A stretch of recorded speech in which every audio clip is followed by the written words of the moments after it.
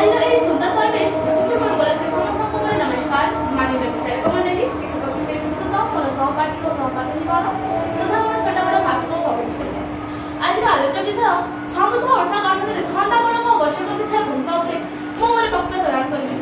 आम राज्य ओडिशा सुसमृद्ध संस्कृति परंपरा ऐतिह्य और प्राकृतिक सौंदर्य संभव संप्रति ओडिशा अनुप्रस्वतर भाषा 2036 मसीहा पर्यंत आम राज्य एवं देश को विकसित करने लक्ष्य रखु किंतु आज आम राज्य केतेक अंचल अनुन्नत हो जहाँ समृद्ध ओडिशा गठन क्षेत्र में बाधक साजिपारे एपरी स्थल धंदामूलक आवश्यक शिक्षा मुख्य भूमिका ग्रहण कर जो शिक्षार व्यावहारिक ज्ञान थाए विशाल सत्ता को गुरुत्व दी जाए ताहा वैषयिक शिक्षा।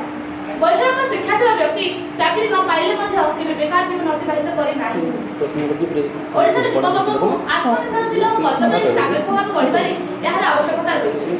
ओडिशा छात्र छात्री माने धंदामूलक वैषयिक शिक्षा भित्तिरे कौशल आधारित शिक्षा पाइबारु सेमाने अनेक शिल्प बा सेवा छोट व्यवसाय खोली पारନ୍ତି।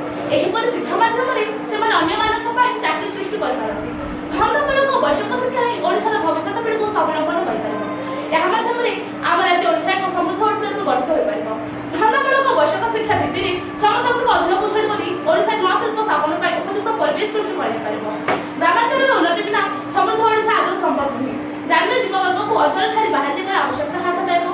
से निज अंचल कौशल भित्तिक व्यवसाय बा सेवा केन्द्र खोली पारिबे जहाँ ग्रामीण अर्थनीति को अधिक कुशल कर धंदामूलक वैषयिक शिक्षा द्वारा धंदामूलक वैषयिक शिक्षा द्वारा छात्र छात्री माने डॉक्टर इंजीनियर टेक्नीशियन एंटरप्रेन्योर भाव कार्यक्रम हो पारे जहाँ से व्यक्तिगत और पारिवारिक उन्नति सह ओडिशा जनसाधारण को मध्य लाभदायक हो।